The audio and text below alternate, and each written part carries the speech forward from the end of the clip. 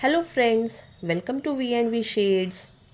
मकर संक्रांतीच्या तुम्हा सर्वांना हार्दिक शुभेच्छा. आज आपण पाहणार आहोत मकर संक्रांती विशेष तिळगुळाचे लाडू. चला तर मग पाहूया हे लाडू मी कसे बनवले. सर्वप्रथम आपल्याला गॅसवर एक कढई ठेवायची आहे व त्यात 2 वाटी तीळ भाजून घ्यायचे आहे. इथे मी तुम्हाला 1 वाटी तीळ भाजून दाखवत आहे, कारण 1 वाटी तीळ मी आधीच भाजून बाजूला ठेवून घेतले आहे. हे तीळ भाजताना आपल्याला काळजी घ्यायची आहे की आपल्याला गॅस अगदी मंद ठेवायचा आहे. मंद आचेवर हळूहळू हे तीळ गुलाबीसर होईपर्यंत भाजून घ्यायचे आहे. इथे तुम्ही पाहू शकता तिळाचा रंग बदललेला आहे. आता हे तीळ आपण एका बाजूला काढून ठेवून घेऊया. त्यानंतर कढई आपल्याला 1 वाटी शेंगदाणे भाजून घ्यायचे आहेत. आता हे शेंगदाणे देखील आपल्याला मंद आचेवर खरपूस होईपर्यंत भाजायचे आहेत, जास्त काळे पडू द्यायचे नाही आहेत.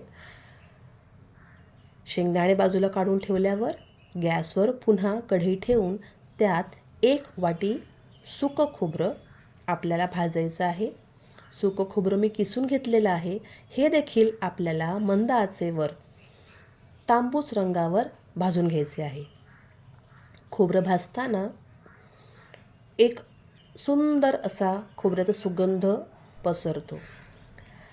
इथे तुम्ही पाहू शकता आपण मंद आचेवर हे खोबरं भाजून घेत आहोत आणि खोबऱ्याला छानसा असा रंग देखील आलेला आहे. हा रंग येईपर्यंत आपल्याला हळूहळू खोबरे छान भाजून घ्यायचे आहे. त्यानंतर हे खोबरं आपण एका बाजूला काढून ठेवणार आहोत.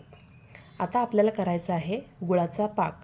त्यासाठी कढईत 1 चमचाभर पाणी घालून त्यात 1.5 वाटी गूळ आपण घालणार आहोत. आता हा गूळ मी किसून घेतला आहे. गूळ किसून घेतल्यामुळे आपल्याला हा फायदा होतो की हा गूळ आचेवर ठेवल्यावर लवकर विरघळतो.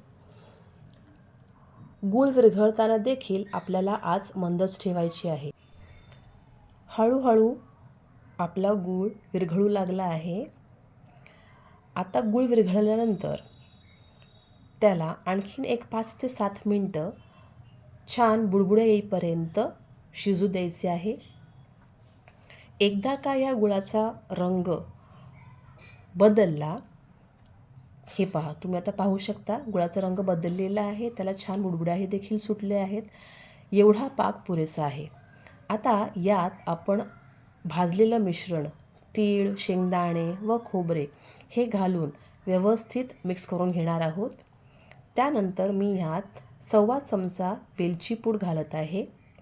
वेलची पूड घालून झाल्यावर हे मिश्रण व्यवस्थित मिक्स करून मंद आचेवर 1-2 मिनटं भाजून घ्यायचे आहे. त्यानंतर गॅस बंद करून हे मिश्रण गरम असतानाच आपल्याला याचे लाडू वळायचे आहेत. मिश्रण एकदा का थंड झालं की आपले हे लाडू व्यवस्थित गोल आकाराचे होणार नाहीत. त्यामुळे तुम्ही ते पाहू शकता माझ्या मदतीला माझी आई देखील आलेली आहे, जेणेकरून हे मिश्रण गरम असतानाच आम्ही पटापट हे लाडू वळून घेऊ. जर तुमचे हे मिश्रण गार झाले, तुमचे लाडू नीट वळत नसतील, तर तुम्ही एक करू शकता.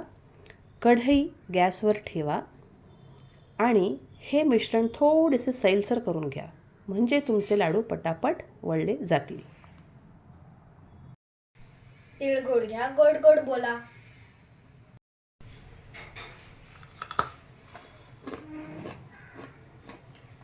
पाहिले का किती खुसखुशीत आणि सुंदर असे तिळगुळाचे लाडू तयार झाले आहेत. तर आजची रेसिपी तुम्हाला आवडली का? कमेंटमध्ये मला नक्की सांगा. थँक्यू.